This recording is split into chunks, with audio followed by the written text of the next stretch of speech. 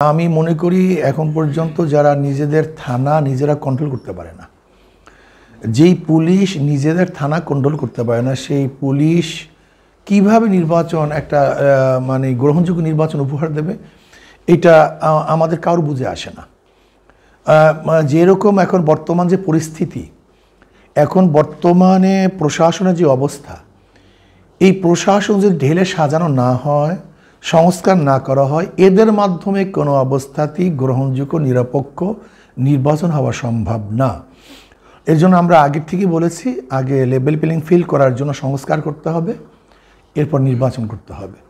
কারণ এই সরকার, অন্তর্বর্তী সরকার, তিনটা বিষয় নিয়ে তারা গদিতে বসছে। এক নম্বর হলো সংস্কার, তার সংস্কার, বিচার, নির্বাচন। যেখানে সংস্কার নাই, বিচার নাই, শুধু নির্বাচন, আর অন্য দুইটার কি হবে? এর জন্য আমরা মনে করি সংস্কার ভিত্তিক যদি নির্বাচন হয়, তাহলে প্রহসনমূলক নির্বাচন হবে, প্রশ্নবিদ্ধ নির্বাচন হবে, জনগণের কোনো আশা আকাঙ্ক্ষার প্রতিফলন এই নির্বাচনে ঘটবে না। ধুমকি, মামলার ভয়, বিভিন্ন জায়গায় মামলা হচ্ছে, মামলা দিচ্ছে। কাজে আমি মনে করি আওয়ামী লীগের চলা এবং বিএনপির চলার মধ্যে কোনো পার্থক্য নেই। আওয়ামী লীগের বক্তব্য এবং বিএনপির বক্তব্যের মধ্যে কোনো পার্থক্য নেই। আওয়ামী লীগের কাজ এবং বিএনপির কাজের মধ্যে কোনো সে পার্থক্য আছে বলে আমি জানি না, আমরা দেখছি না, একই হুবাহু। কাজে আমি মনে করি এই অবস্থাতেই যদি নির্বাচন হয়, তাহলে দখলদারি হবে, চাঁদাবাজি নির্বাচন হবে, পেশি শক্তি ব্যবহার করে নির্বাচন হবে, অস্ত্র ব্যবহার করে জনগণের অধিকার ছিনিয়ে আনার চেষ্টা চালানো হবে। কাজে এদের মাধ্যমে কোনো অবস্থাতেই সুষ্ঠু নির্বাচন অসম্ভব না। আগের ফেসিস হবে, এখানে কোনো পার্থক্য হবে না, শুধু চেহারার পরিবর্তন হবে, দুর্নীতির পরিবর্তন হবে না, হাতের পরিবর্তন হবে, খুনির পরিবর্তন হবে না, শুধু ব্যক্তির পরিবর্তন হবে, ধর্ষকের পরিবর্তন হবে না। আমরা মনে করি যদি এই অবস্থাতেই বিএনপি আবার ক্ষমতায় যায়, তাহলে শুধু আগের অবস্থা না, বরং তার চেয়ে বহু গুণ বেশি সন্ত্রাস হবে, বহু গুণ বেশি ফেসিস হয়ে যাবে। আপনারা দেখছেন এখন ক্ষমতায় যায় না, এখনই মানুষ কথা বলতে পারে না, দোকান করতে পারে না, মেয়েরা হাঁটতে পারে না, এরকম ঘটনা প্রতিদিন দেখতেছেন। কাজে কোনো অবস্থাতেই যদি সংস্কার ভিত্তিক নির্বাচন হয়, তাহলে মানুষের অবস্থা আরও খারাপ হবে, ভাগ্যের পরিবর্তন হবে না। দেখেন এই পাথর চুরি কি একদিনে হয়েছে না 1 বছর বৈশা? 5ই আগস্টের পরে পাথর চুরি শুরু হয়েছে, 1 বছর তারা কোথায় ছিল?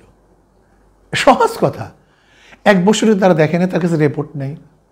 3000 কোটি টাকার পাথর সরানো হয়েছে, 3000 কোটি টাকার ট্রাক, হাজার হাজার ট্রাক, সেখানে প্রশাসন দেখে নেই, বিএনপির লোকজন দেখে নেই। তার মানিটা কি?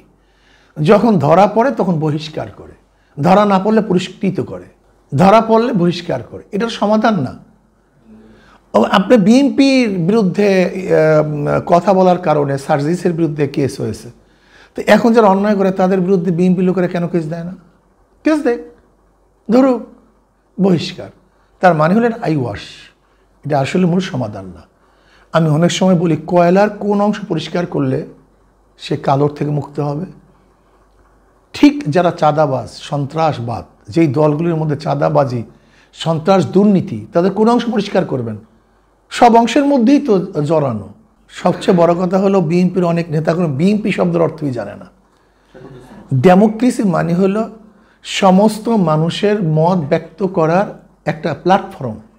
ডেমোক্রেসি মানে হলো বিরোধী দলের দুর্বল পয়েন্টগুলি, যে ত্রুটিগুলি আছে, এগুলো ধরিয়ে দেওয়ার নাম হলো ডেমোক্রেসি। ডেমোক্রেসি যদি তারা বুঝতো, তাহলে তারা সংশোধন হইতো, মব তৈরি করতো না।